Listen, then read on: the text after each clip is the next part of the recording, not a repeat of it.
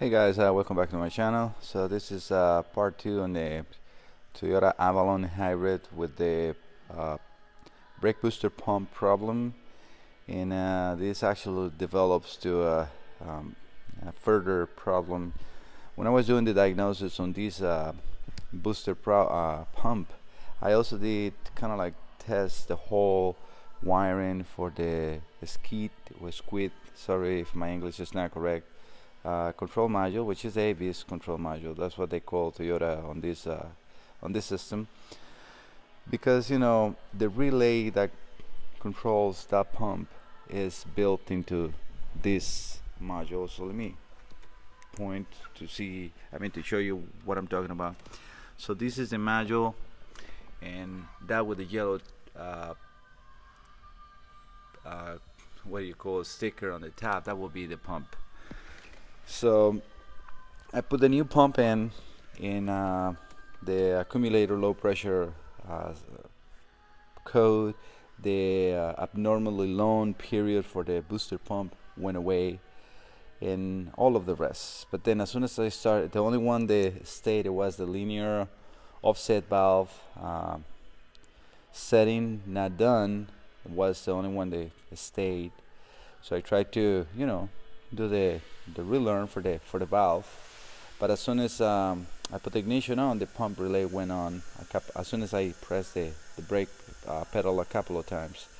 So that brake pump relay is built into the master cylinder or ABS module, and it's nothing you can do. It's not replaceable. So the only thing that you can do is replace the whole pump, which is very expensive. So I did a few tests more, making sure the activations were fine. One big thing that I noticed immediately is after I put the brake booster pump, is that we have brakes. We got those codes. If you pump the brake like 2 3 times, that will come on because the relay kind of like sticks on or doesn't even come on. So that was the issue with that. So I end up doing the diagnosis for the master cylinder pump and replacing it. So these are the new parts, and I'm just gonna walk you through what you gotta do. So whenever you replace the booster pump or these master cylinder with the ABS module, you need to remove the cowl space, the wipers. You need to discharge the air conditioning because you need to remove 2 lines that are on the way in there. Again, the air filter has to be removed, and then the reservoir you have to drain it. And then after you install, you need to do the bleeding of the air, which has to be performed with a scanner. It cannot be done as old school, just opening the bleeders and pumping. So what you have to do is you need to disconnect the reservoir level sensor. That is one step that they request you, like for the disassemble and disassemble or remove and install of both of those. You need to close the door of the car, disconnect the reservoir, wait 10 minutes, and then disconnect the battery. Then you can replace either of the brake system. You have also, before you replace the booster pump or even the master cylinder, you have to pump the pedal after you disconnect the battery and the process that I just mentioned. You have to pump the pedal like 20 to 30 times to release the accumulator pressure.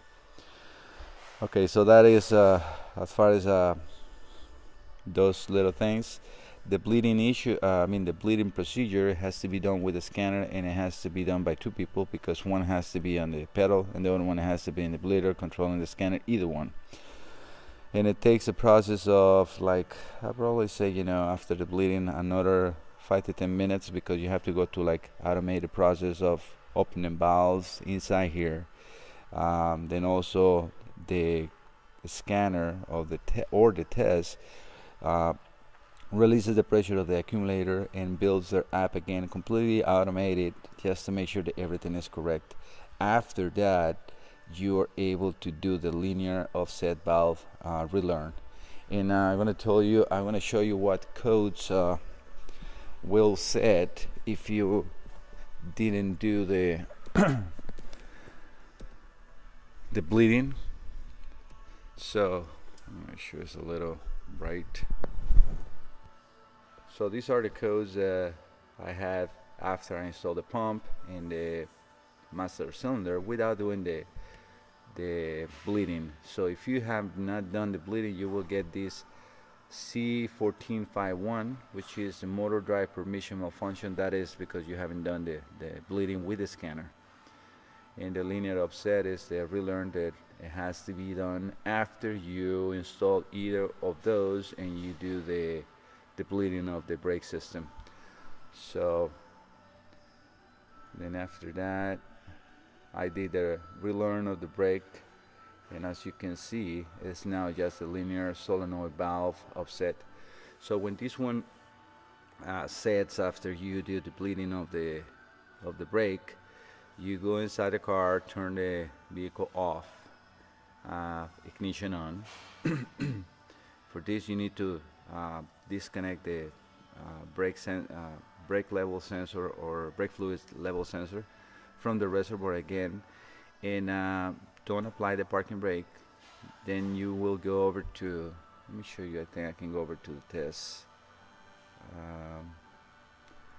Let me see if this let me go.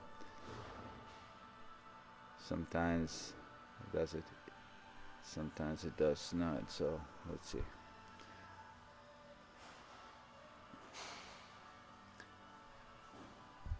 Yeah, it's not communicated, so it's not letting me go. So what you got to do is you got to go over to the ABS module and select the test. So I will ask you to turn the ignition off. You have to reset the memory in order for that code that says linear to not be considered as a failure. You have to reset the memory first, then go over to the EMBC, I think it's the name, and then look for the linear offset learning.